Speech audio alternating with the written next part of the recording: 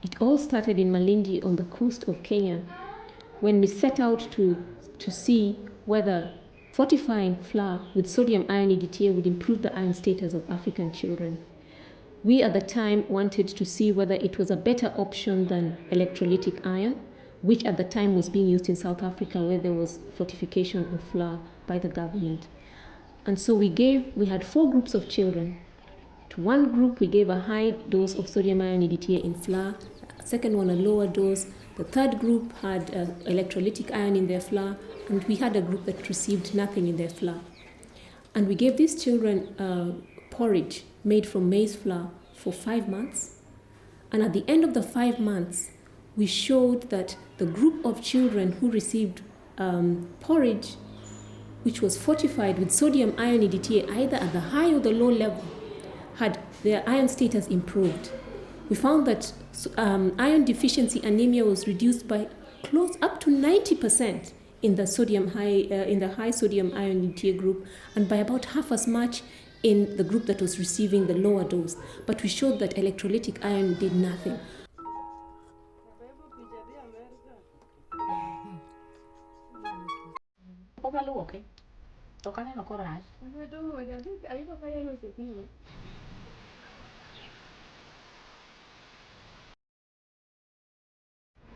My name is Martin Mwangi. I'm from Maseno University, and the project we have been working here is a collaboration between Maseno University, University of Nairobi, a university in Netherlands, and another university in the United Kingdom. What have we been doing? We have been looking, first of all, at a way of improving our local food. So you all know this, ni gorogoro moja. I'm so sure the last 1 week, almost the whole class has consumed some ugali. Si tunajua mahindi? And the maize is what we take to the posho mill or to the hammer mill, and we get flour. When you have a lot of money, you go to the supermarket. We just took one, and we are not advertising, so we don't think we're advertising.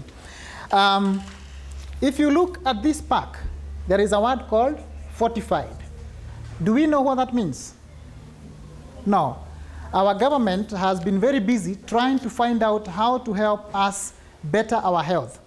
One of the biggest problems we have is a disease called anaemia.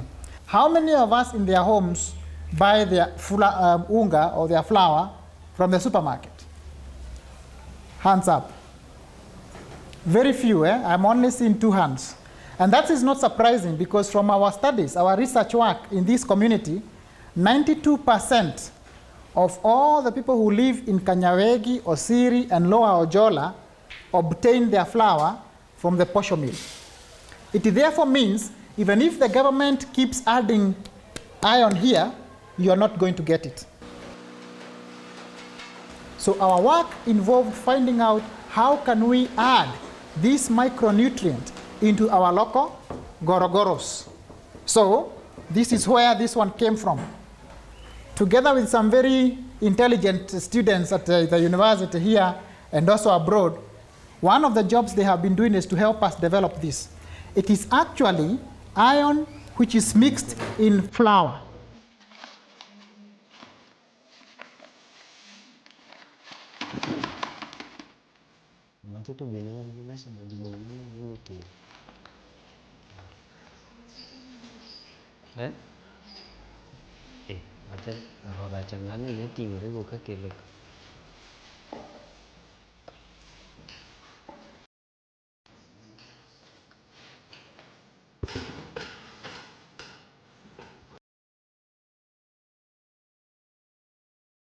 We have come up with a way of packaging the prevalent that contains the required dose of iron in small sachets that can be added to a prescribed amount of maize at the maize mills when it is being processed. If this can work, this can be a way of reaching those who are not going to be able to benefit from this fortified flour that is centrally processed. They can also do it at the village-based level. So we are hoping to see a way in which we can safely do this and therefore reach this group of people that are of concern and who we know will probably even need the iron more than those who might just reach the centrally processed flour.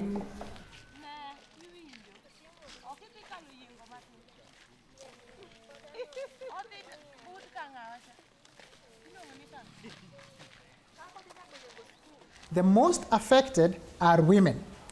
Even the more affected are the girls. Do you know why? Because every month, you know what happens, eh?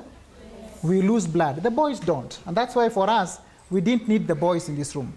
Because you have even a more bigger job. Because you lose the blood, you need to work times 2 harder to get back your iron, which you lose. Now, the government has made sure that the big industries, when they make the flour, they tell them to fortify. One of the things they have to add is iron. So we are here today to request you. You need to be aware. You need to take more iron. Why? Because our diet, you always consume maize like this. The bad news is that when you take iron from plant-based foods, you know, from maize has iron. But the problem is when you take maize from such sources, you are not able to get it.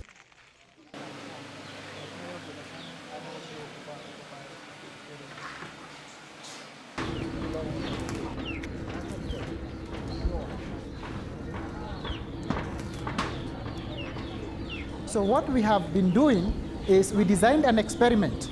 We took 470 women, okay? These 470 women are from this community. And out of these 470, we divided them into 2 groups. One group, we gave the iron. The other group, we did not give the iron. Our intention was to see if we give this one, is the group which is going to get this one also going to benefit? Now, I am here to report that we have found that this is very efficacious. When our women eat this type of ugali or uji, which is having, I see we have a boy in the house. He should leave, eh? These are serious matters. When our women consume this, we have realized in the hospital at Oberkamod, they get stronger babies, they have less miscarriage, the women are stronger, the women are happier, they are able to work longer in the farm, so they are able to even improve their financial status in the family.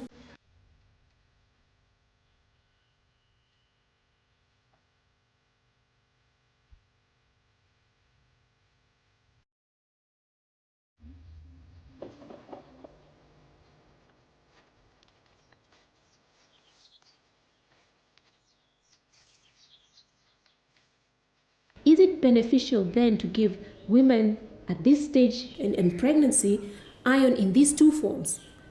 Or might it be much better to use the safer form, which is in fortified foods?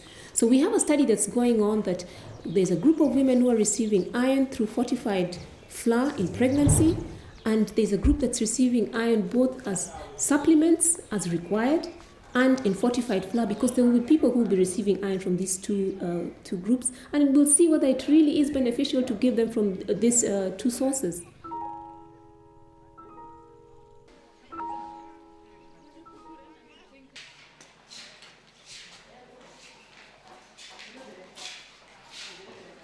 When the woman comes for screening, we check whether she is iron deficient. If she is iron deficient, then we do not get her into the study because she should first get treated. She should get her iron supplements.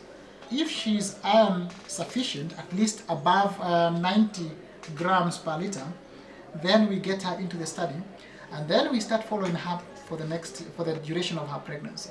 So what we do is every day she will get iron fortified foods, and she will also get iron supplements. And this can be it can be either be 60 milligrams of ferrous fumarate, or it can be placebo.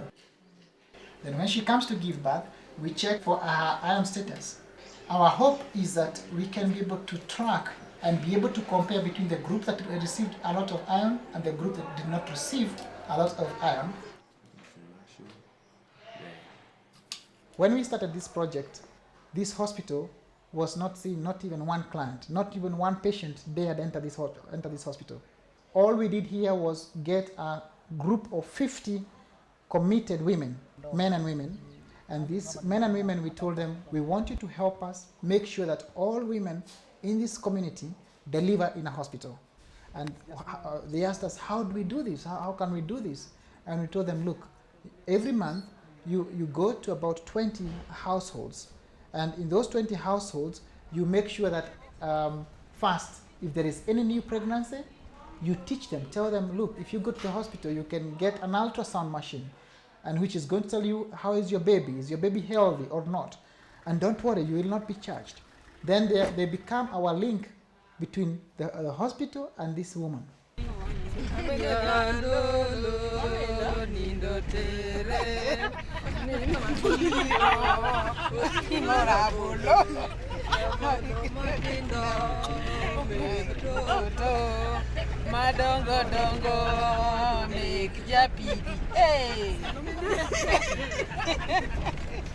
These women made sure that out of the 470 women who we work with in the project, over 95% gave birth in a hospital with a skilled attendant. That has never been heard of here.